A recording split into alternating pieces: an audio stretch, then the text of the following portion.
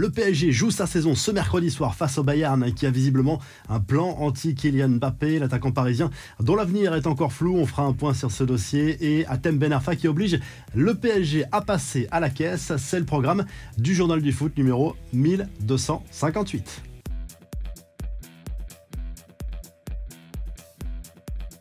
C'est le jour J pour le PSG en Ligue des Champions. Le club parisien va défier le Bayern Munich ce mercredi soir en 8e de finale. Retour battu à l'aller 1-0 au Parc des Princes. Les Parisiens doivent renverser la vapeur à l'Allianz Arena. Coup d'envoi de cette rencontre à 21h. Christophe Galtier joue peut-être son avenir sur ce match. Le PSG joue sans doute sa saison également sur cette rencontre de Ligue des Champions. Galtier qui était en conférence de presse mardi et qui affirme avoir décelé quelques failles dans le système du Bayern Munich. Il a également poussé un coup de gueule contre certains observateurs qui estiment que l'absence de Neymar est finalement une bonne nouvelle pour le PSG, même s'il reconnaît que son équipe est plus équilibrée sans le Brésilien dans l'ensemble. Le PSG qui a travaillé les tirs au but également avant ce 8e de finale à retour. Et du côté bavarois, Thomas Müller a prévenu en conférence de presse que son équipe avait préparé un plan anti-Kylian Mbappé pour tenter de réduire son influence. S'il fonctionne, il ne va pas s'amuser,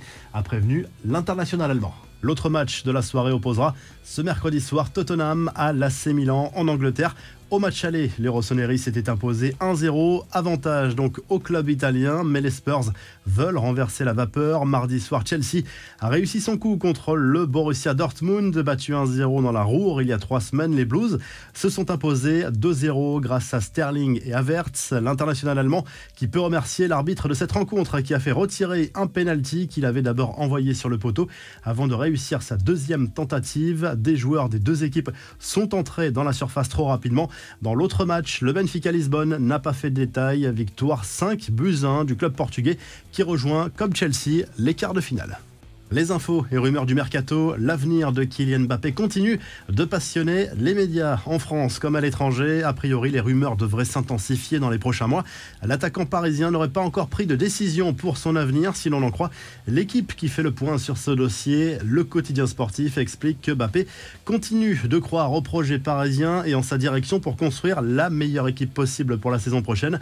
Le buteur parisien a clairement la main sur son avenir, mais le PSG va tenter de verrouiller toute nouvelle approche du Real Madrid.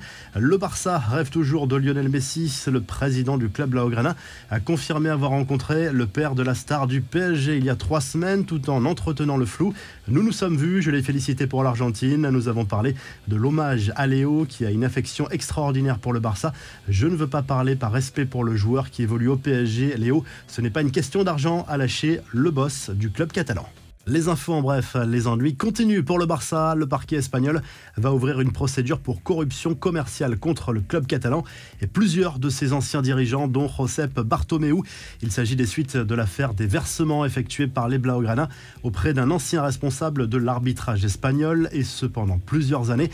Le PSG va devoir passer à la caisse. D'abord débouté en première instance, Hatem Ben Arfa a finalement fait condamner en appel le club parisien pour harcèlement moral devant la justice. L'ancien international français avait été écarté de l'équipe première pendant plus d'1 an après un conflit avec Nasser El Khelaifi suite à une remarque auprès de l'émir du Qatar.